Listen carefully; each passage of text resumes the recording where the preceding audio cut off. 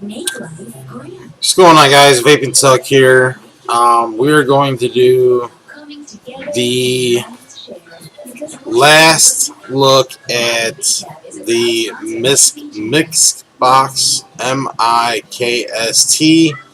I have done little bits and pieces here and there on this box because I really wanted to get the full feel of this box, the full rundown of this box. As you see, I'm still running my MX3 with my glass cap with, of course, my ice cream. I have had this box for a month and a week, and it's still working, and it's survived me. So that is a thumbs up. This box does, however, have its downfalls. Charging this box is a serious pain. You can turn it off, charge it, keep it on, charge it. Either way you look at it, you gotta power it off, power it back on. Even if it's off when you charge it to get it to show a full charge. I've even had to hit the reset button for it to show it fully charged. So, do I dislike the box? No. Is it a pain in the ass sometimes? Most definitely. But all in all, if you look at everything that this box offers, the mech mode, which is amazing. A lot of boxes now are coming with that mech mode version. This one I have found to work better than most. The 1, 2, 3 takes you into the menu. Mech mode, wattage mode. 1, 2, 3. You can go to time or to wattage, whatnot. It's a very simple menu. Click of the button, press and hold, positive and negative, or plus and minus. Locks it. Press and hold it, unlocks it. It also shows you your puff count. 1683 is my puff count since last charge, and it's still got 3/4 of battery. So,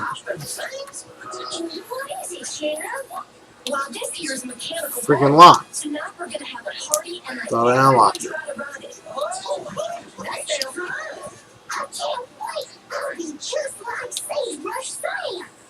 There we go.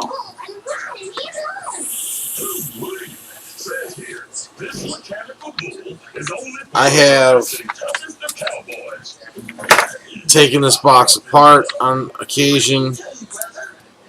Don't recommend doing it. I'm gonna do it again.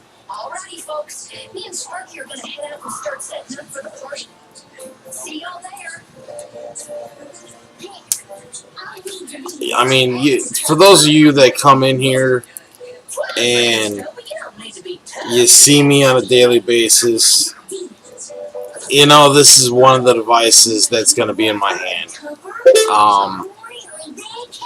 Not only because it has my favorite juice in it, but because it's been a no-fail fun box.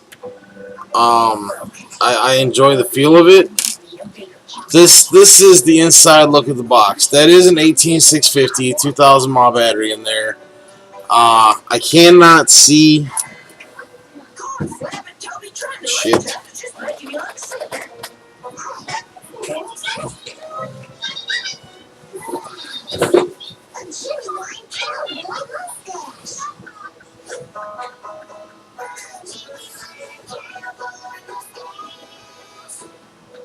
Where's my flashlight?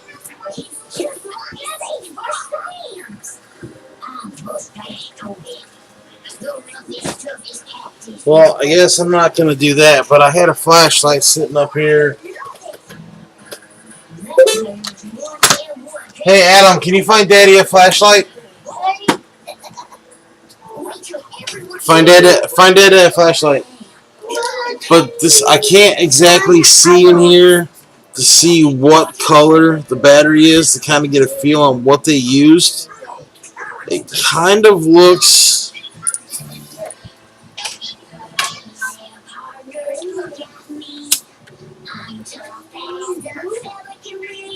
I cannot tell. It kind of looks green. I don't know, but I can't tell what kind of battery's in there, but that is the inside of the box. You got your battery here, you got your boards here, your charging port, all your circuitry there. Very, very simple box. There's plenty of room in here. I would have loved to have seen them do like a LiPo battery or something and gave this thing some more power, and maybe or even put some temp control or something in it. There's plenty of room in this thing for temp control. They got a lot of room inside this box to work with still.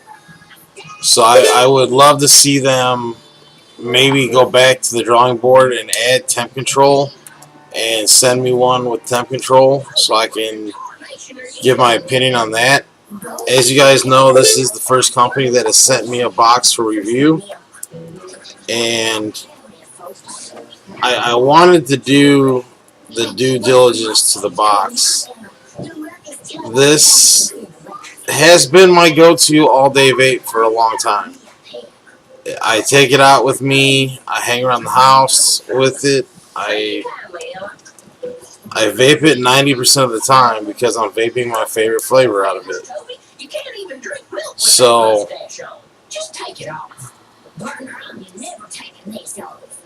this thing has taken many a falls. It's as durable as it's gonna get. It's that billet aluminum, comfortable in the hand. It'll fire down to .2.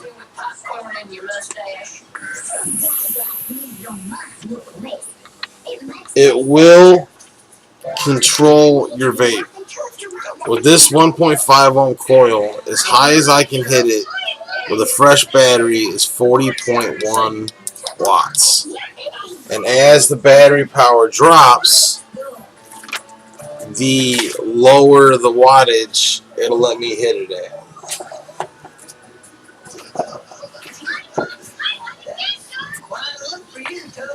Never knew. I lost my ice cream. Alright, whatever. I have put other devices on here.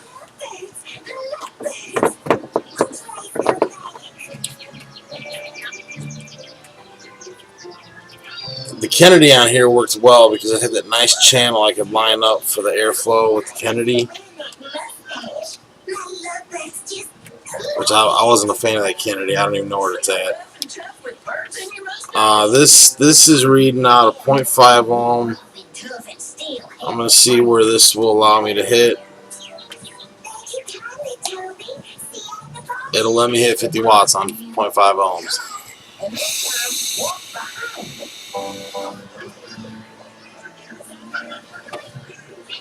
It's a good vape.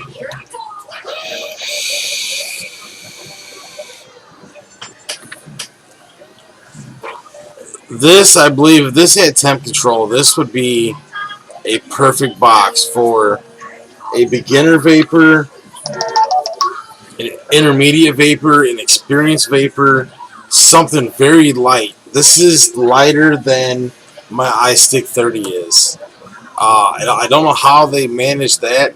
Maybe with the billet aluminum, but this is definitely a lighter box than this is. You added this big old tank to it, now it's not, but empty, without drippers on them, box to box, this is a lighter box and more wattage. Plus, I've had less fails out of this box than I've had out of my iStick.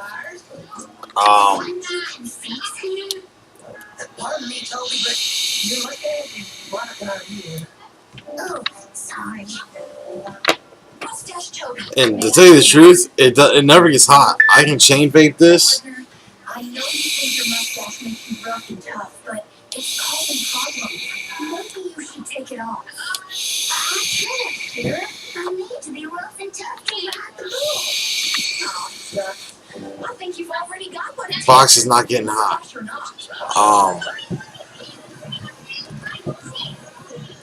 The design, old school, but it's comfortable. It's what works.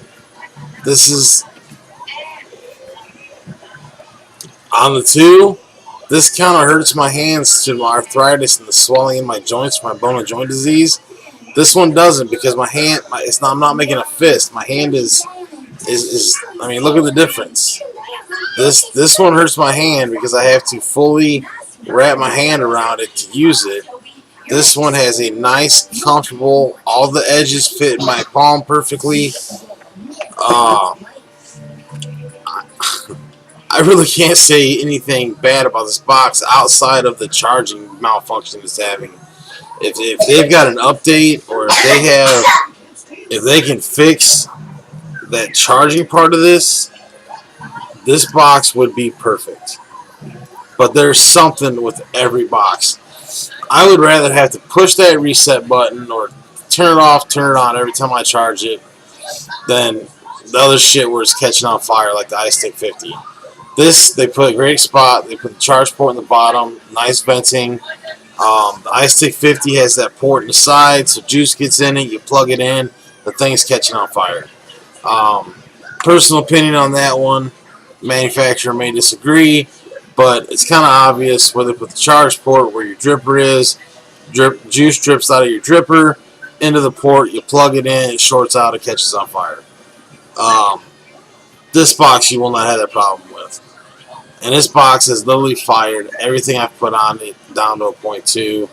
And you know how I roll. I don't roll anything lower than 0.2 to begin with. I like my 0.5, 0.6, 0.4 vapes. I've just gone past that need for 0.1, 0.2 vape. So let's throw a 0.2 on here real quick.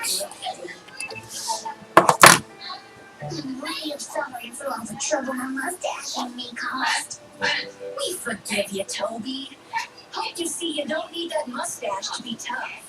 Oh shit, you don't need to be tough. We'll use the Arctic.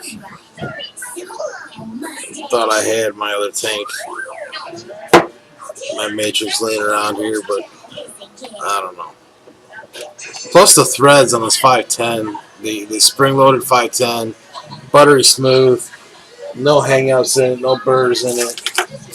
This is one of the better machine boxes that I've seen with the square. Threads are smooth versus, a lot of other boxes have some like little rough spots in their threads. This one, everything's threaded on perfect. Just let me hit this 0.2 at 50 watts also.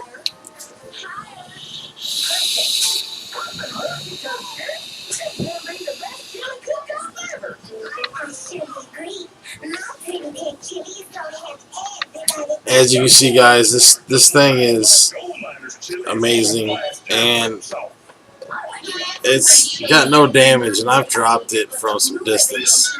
It's a good device. I can't knock it.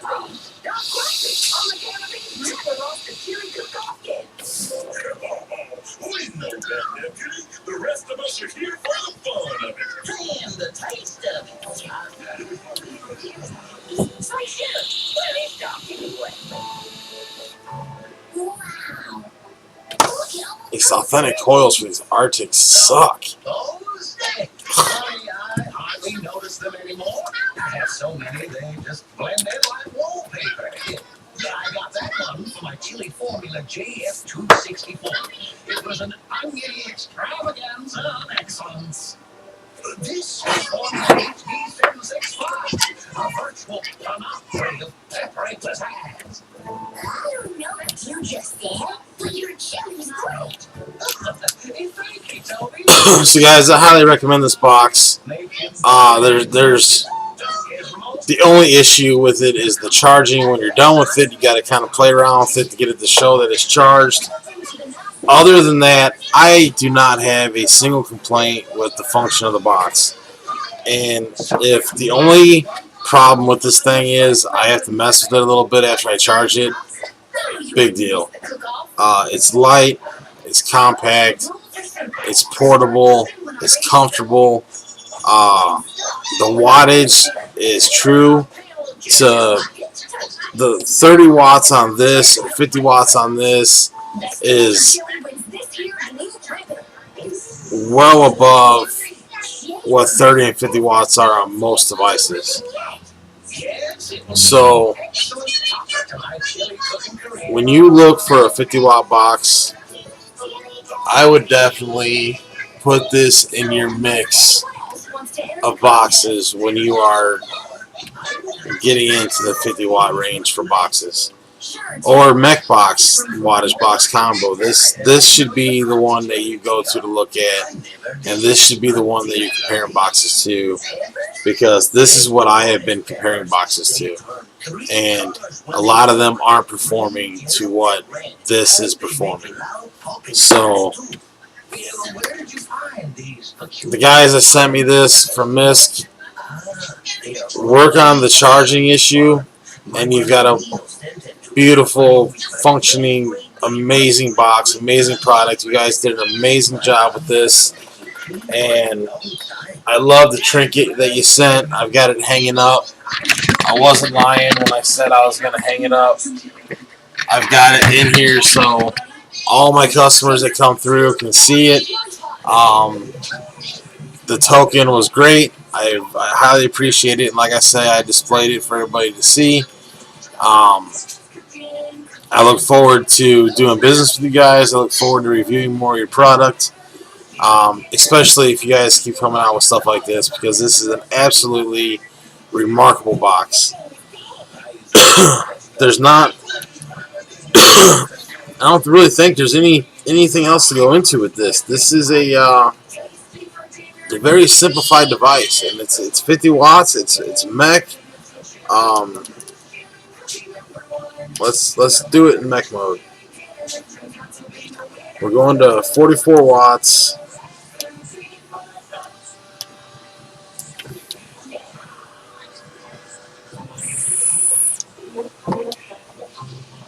All right, the mech part of this is not like this 1.5 ohm coil. Well, I can't say I blame you. This is the best tasty.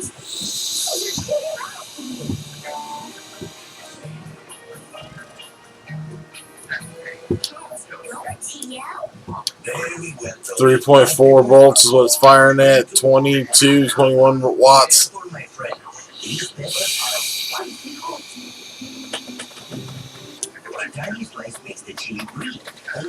And I love the safety aspect this device has.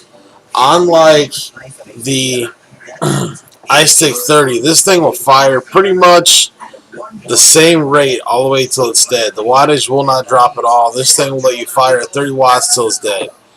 This device will prolong battery life by dropping the wattage slowly as the battery life drops, so you can maximize your battery life and get longer usage out of this box.